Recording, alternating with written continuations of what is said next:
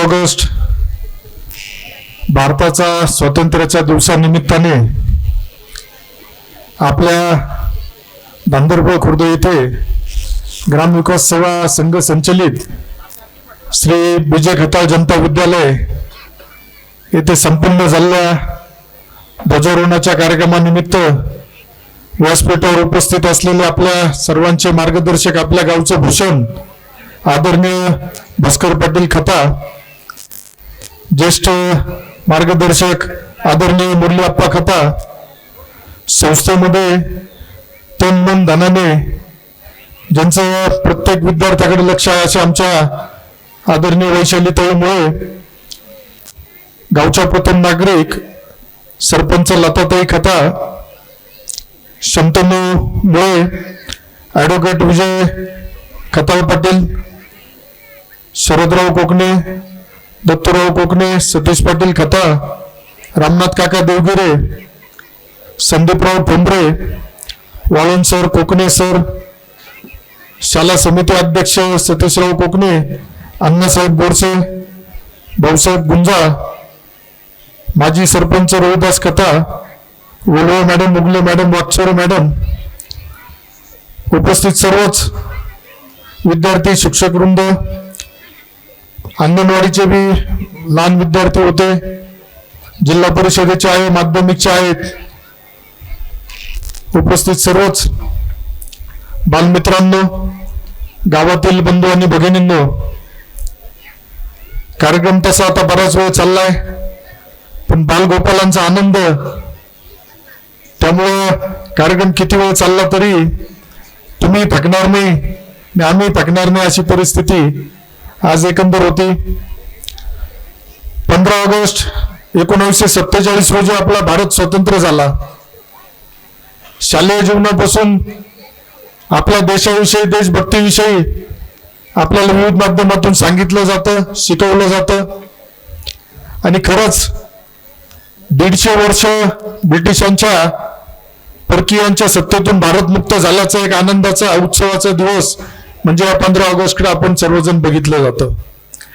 कितीतरी लोकांनी यासाठी, स्वातंत्र्य सैनिक असेल, देशप्रेमी असेल, देशभक्त असेल, यांनी केलेल्या हुतात्म्यामुळे, यांनी केलेल्या त्यागामुळे आज तुम्ही आम्ही एक जीवन जगतोय.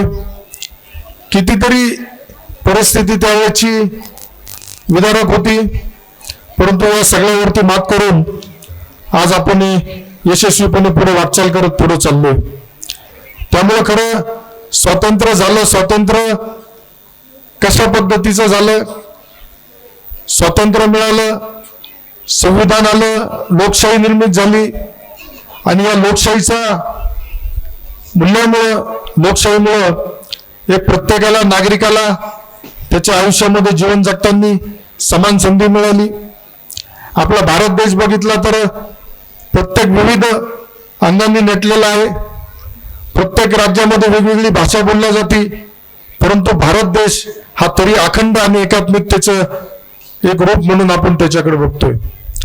आज जागतिक पातळीवरती अतिशय सन्मानाने आपला भारत देशाचा उल्लेख केला जातो, भारत देशाला मान सन्मान मिळाला जातो. भारत देशामध्ये आज बघितलं, आता तरी मी मगाशी विचारलं, बरेच जण मागच्या वर्षी विद्यार्थ्यांनी खूप चांगल्या पद्धतीने त्यांच्या भावना मांडल्या होत्या. आजही चांगले सांस्कृतिक कार्यक्रम झाले. या कार्यक्रमामध्ये सुद्धा पाणी बचतीचा जो काही एक वेगळा संदर्भ देऊन इथं लोकांची जागृती करण्याचा प्रयत्न झाला, निश्चितच ती एक आनंदाची गोष्ट आहे. आज ज्या पद्धतीने तुम्ही आम्ही बघतोय का या धकाधकीच्या जीवनामध्ये जलसंवर्धनाची गरज आहे, आज पर्यावरणाचा समतोल राखण्याची गरज आहे.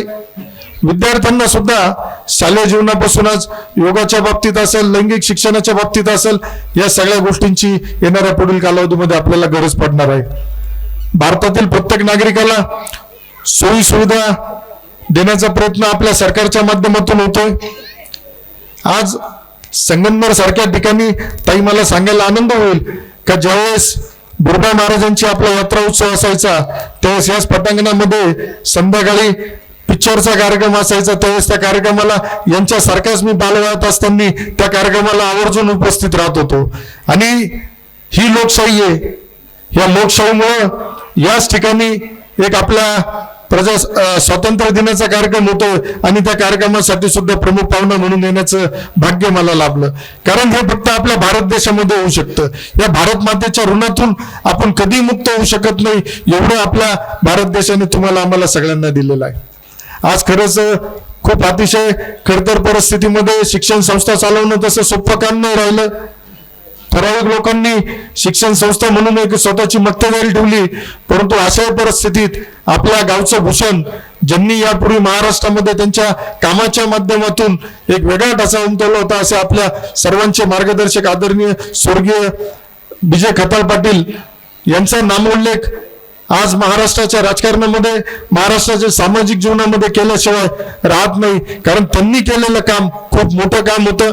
आजही मी महाराष्ट्रातील इतर आमदारांना ज्यावेळेस मला भेट होती किंवा चर्चा होती त्यावेळेस आवर्जून आदरणीय दादांचा नावाचा उल्लेख केल्याशिवाय त्यांच्याकडून सुद्धा त्यांच्या भागात झालेले कामं, त्यांच्या कार्यकाळात झालेले जुने मतदारसंघात कामं याचा उल्लेख ते लोक नेहमी माझ्याशी आवर्जून या निमित्ताने करत असतात. आज आपल्या सरकारच्या माध्यमातून महिलांच्या सुरक्षिततेच्या बाबतीत चांगलं काम सुरू आहे. महिलांना रोजगारासंदर्भाची संधी उपलब्ध करून देण्याचं काम सुरू आहे. युवकांच्या बाबतीत सुद्धा शिक्षणाच्या बाबतीत काळजी घेतली जात आहे. शेतकरी असेल, कामगार असेल, सामान्य जनतेचे मूलभूत प्रश्न सोडवण्यासाठी आपलं सरकार कटिबद्ध आहे आणि त्या दृष्टीने निश्चितच काम करतंय. त्यामुळं संविधानाची जी ताकद दिली, या ताकदीचा उपयोग आज या विद्यार्थी दशेतील सगळ्या मुलांनी येणाऱ्या भविष्य काळामध्ये केला पाहिजे. आज शिक्षण घेऊन प्रत्येक क्षेत्रामध्ये नाविन्यपूर्ण असं काम करण्याची संधी मिळू शकते, परंतु पालकांनी सुद्धा आपल्या विद्यार्थ्यांमधील गुण जे आहेत त्याला कुठंतरी पाठबळ दिलं गेलं पाहिजे. आता माझ्या कुटुंबाला, माझ्या आई वडिलांना वाटलं होतं मी शिक्षण घेतलं, शिक्षण करूनच आम्ही सामाजिक राजकीय क्षेत्रात आलो, परंतु त्यांना वाटलं होतं की आता परिस्थिती बदलली आहे, आताच्या परिस्थितीमध्ये समाजकारण किंवा राजकारण करणं अवघड आहे. परंतु जी आवड होती त्याला आई वडिलांनी सुरुवातीला विरोध झाला, परंतु नंतर त्यांचं पाठबळ मिळालं आणि त्यांच्याच आशीर्वादाने, तुमच्या सगळ्यांच्या आशीर्वादाने एक वेगळी संधी मिळाली. मी आवर्जून सांगू इच्छितो की 288 आमदार महाराष्ट्रामध्ये काम करताय, परंतु तुमच्या तालुक्याचा तुमचा मुलगा आणि तुमचा भाऊ निश्चितच एक त्याचं वेगळेपण घेऊन या सभागृहामध्ये महाराष्ट्रामध्ये काम करतो. आणि हे काम करताना माझा प्रामाणिक प्रयत्न आहे का या मतदारसंघातील अडीअडचणी असतील, प्रलंबित प्रश्न असेल, हे सोडवले गेले पाहिजे. राजकारण हे निवडणुकीपुरतं करायचं असतं, परंतु इतर वेळेमध्ये आपल्याला विकास कामं करायची असतं. आज शिक्षणाच्या बाबतीत खूप काम करण्यासारखं आहे आणि मी ताईचं अभिनंदन करेल का ताईंनी ही जाण ठेवली आणि त्या माध्यमातून आज एवढी दातृत्व दाखवण्याची भूमिका आपण स्वतः घेतली. शाळेला खोल्या दिल्यात. मला वाटतं 25-30 लाख रुपयाचा निधी आपण व्यक्तिगत स्वरूपात देऊन या शाळेतील, या गावची बांधिलकी आणि आपल्या परिसरातील विद्यार्थ्यांची शैक्षणिक दृष्ट्या कुठल्याही प्रकारची गैरसोय होऊ नये याची काळजी आपण घेतली. याचा मला अभिमान आणि आनंद सुद्धा आहे. माझ्याकडून सुद्धा बरंच काम होणं बाकी आहे. मला सुद्धा बरंचसं काम शाळेसाठी करायचंय, परंतु गेल्या कित्येक वर्षापासून जागेची जी अडचण आली होती, पहिल्या जागेचा प्रश्न सुटल्यानंतर निधीच्या बाबतीत अडचण येणार नाही. पण आता आजूबाजूच्या गावातील, आपल्या गावातील नागरिकांची सुद्धा जबाबदारी आहे. उद्या विद्यार्थ्यांचा पट सुद्धा आपल्याला टिकता आला पाहिजे. विद्यार्थी सुद्धा शाळेमध्ये पट संख्या वाढली पाहिजे आणि निश्चितच ताईच्या असेल, बाबांच्या नेतृत्वाखाली या शिक्षण संस्थेचं कामकाज अतिशय चांगलं चालतंय. चांगलं या पुढील कालावधीत चालू राहील आणि विद्यार्थ्यांची सुद्धा संख्या निश्चितच आता इंग्लिश मीडियम, मराठी मीडियम असा भेदभाव न ठेवता मला वाटतं आता पालकांची भूमिका सुद्धा आपल्या मराठी शाळांकडे, माध्यमिक विद्यालयांकडे मोठ्या प्रमाणात सुरू झालेली आपण बघतोय. आज देशाचे पंतप्रधान आदरणीय मोदी साहेबांनी लाल किल्ल्यावरती आज स्वातंत्र्य दिनानिमित्त शुभेच्छा दिल्या. त्यामध्ये त्यांनी सांगितलंय की कशा पद्धतीने आपण भारत देश हा आज जगामध्ये एक वेगळं स्थान निर्माण करून काम करतोय. त्यामुळं आज कार्यक्रमाला खरं तर बोलण्यासारखं खूप होतं, बोलायचंही खूप होतं, परंतु आजची परिस्थिती अशी आहे की आता कार्यक्रमाला खूप उशीर झालाय. त्यामुळे मी जास्त काही न सांगता आपल्याला एवढंच सांगेल की विद्यार्थी मित्रांनी येणाऱ्या कालावधीमध्ये शिक्षणाच्या बाबतीत, क्रीडा क्षेत्राच्या बाबतीत सर्व क्षेत्रामध्ये पुढे आलं पाहिजे. पुढे आल्यानंतर गावाचं असेल, आपल्या कुटुंबाचं, आई वडिलांचं, ज्यावेळेस तुम्हाला कुठलं तरी बक्षीस मिळतं, पारितोषिक मिळतं, आज इथं ज्यांना आपण पुरस्कार दिले गेले त्यावेळेस त्यांच्या आई वडिलांच्या चेहऱ्यावरचा जो आनंद असतो हा खूप वेगळा आणि एक समाधान देणारा असतो. त्यामुळे येणाऱ्या पुढील कालावधीमध्ये मी तुम्हाला खूप खूप शुभेच्छा देईल. आपल्या कार्यकाळात आपल्याकडून देशाची समाजाची सगळ्यांची सेवा झाली पाहिजे. आता सतीशचा तिकडून खुनाखुनी चालू आहे, पण सतीश त्याला अडचण नाही.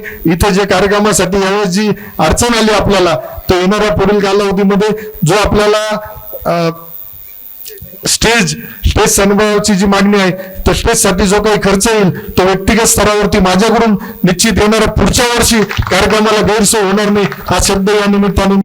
साई दृष्टी नेत्रसेवा चष्माघर अकोले शहरातील सर्व अत्याधुनिक सुविधा उपलब्ध असलेले एकमेव अद्ययावत शोरूम म्हणजेच साई दृष्टी नेत्रसेवा चष्माघर.